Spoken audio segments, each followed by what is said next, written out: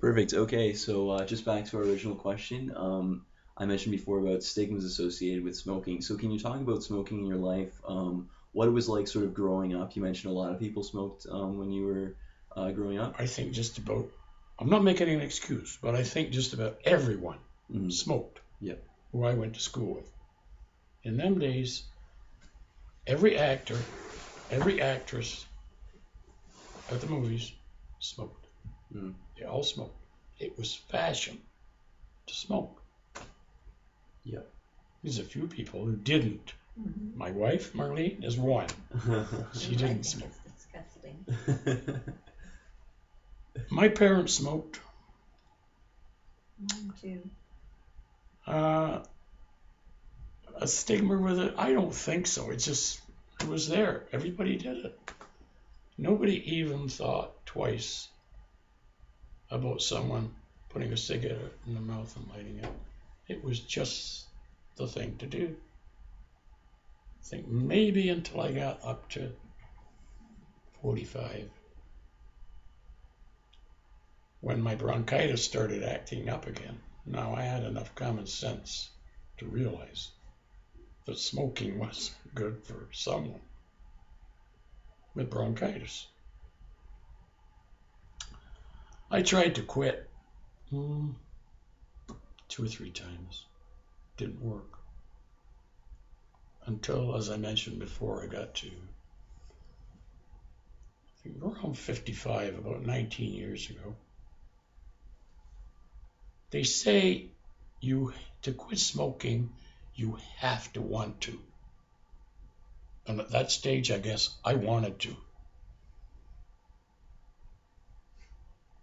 So I threw the package in the garbage and never smoked again. Went through hell for 3 or 4 days. Yeah. What was that like? So quitting It wasn't very pleasant, to be honest. You're climbing the walls. It just, get that out of you. And finally, it got easier and easier and easier. Oh, I can't stand them. Don't bring a cigarette over around me. Oh, yes. Did you feel like anyone ever sort of like blamed you and said like, not almost that you deserve it, but it's like they weren't as sympathetic to you as a smoker as they might have been to someone who got it from another source? I can't say there's anybody been like that really. I know a few people who are going through cancer, same as I am, who still smoke. Now that to me is no, that's a no-no. Like if I went and had that operation on my lung, got recovered and carried on and started smoking again, no, I can't believe that. But there's people who do it. Right. They just cannot break that habit. It's not easy. It's not easy. I don't know whether you've ever smoked or not, but it's not easy to break it once you start. So my advice to you, don't start. Okay.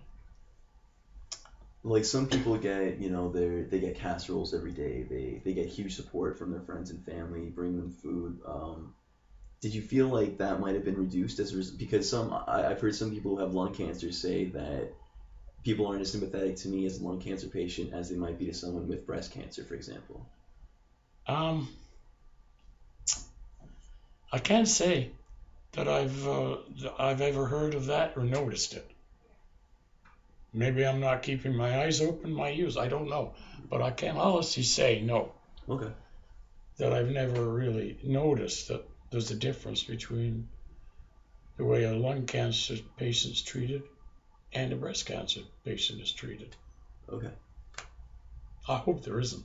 I haven't seen it. One's as bad as the other. I really hope there isn't. I had a sister, she passed away last year, who had breast cancer, and she fought it and won. She didn't die from cancer. She died from being a diabetic. So it's in the family.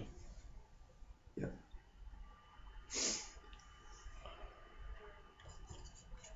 Have you ever had any financial costs incurred by your diagnosis? I suppose I'm not sure if you were retired by the time that you were diagnosed, but some people who are in sort of like their 40s or 50s might have to take time off work, and they might have a lot of financial costs. Did you experience anything like that? No, I can understand that part. No, because I was like, I'm 74 now, so I was 74 when I was diagnosed. Yeah.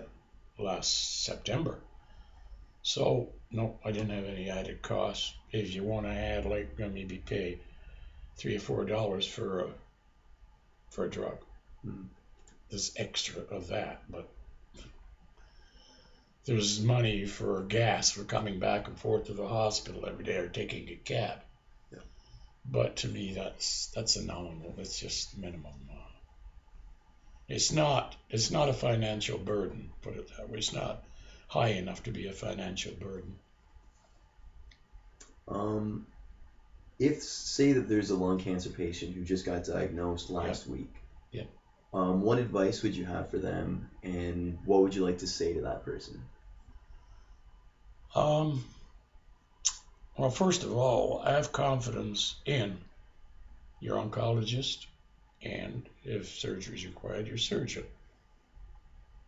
That's what I found to me. I just had full confidence in these people, which I think you have to. If you don't have 100% confidence in these doctors, I think you're going to run into troubles.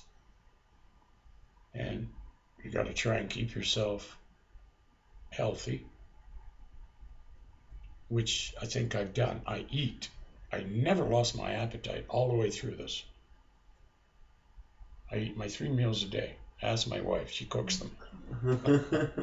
I can live on $5 a week. I've been lucky that I've ate my meals. I've never lost my appetite. No. So I've been extremely lucky. I would say that to people. Try and do your normal thing, what you do.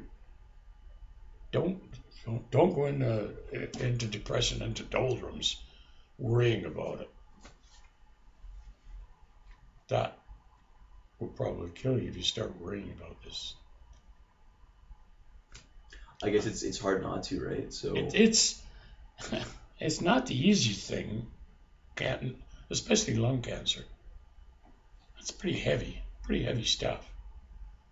But I'm still confident that if there is anything around, that this chemotherapy will get rid of it. Hopefully. I can live another 10, 15 years, whatever, you never know. That's good. All right, I think that's good. You think you've got enough? I think I got enough, yeah. That was good. That was about